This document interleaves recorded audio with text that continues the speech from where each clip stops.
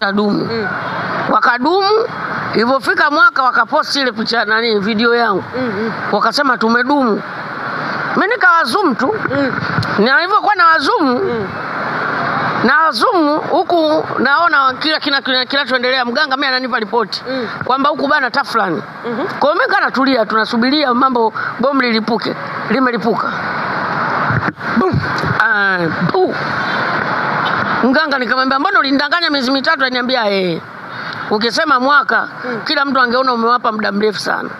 Kwa hiyo nilikwambia miezi 3 ili kila mtu astaajabu, lakini ukweli ni kwamba ulichokisema sicho kilichotokea. Ndicho. Nikamwambia nashukuru. Hatari. Aogopa. Natamani kujua uliona nini mpaka ukasema hawa watu hawawezi kudumu kwanza? Ujue Manara ana trending ya kukaa kwenye mahusiano. Hilo ni jambo ambalo halijifichi. Ana ndoa nyingi.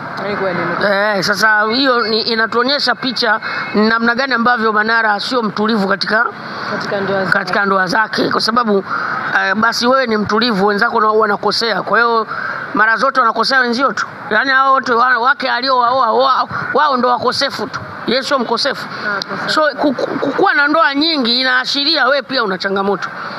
Nyingi inaashiria kwamba hata wewe una changamoto. Inawezekana uliowaacha au ulioachana nao wakawa na changamoto, lakini na wewe una changamoto. Unakuaje unaenda ndoa 5 6 sijui ngapi, ndoa zote zinaharibika?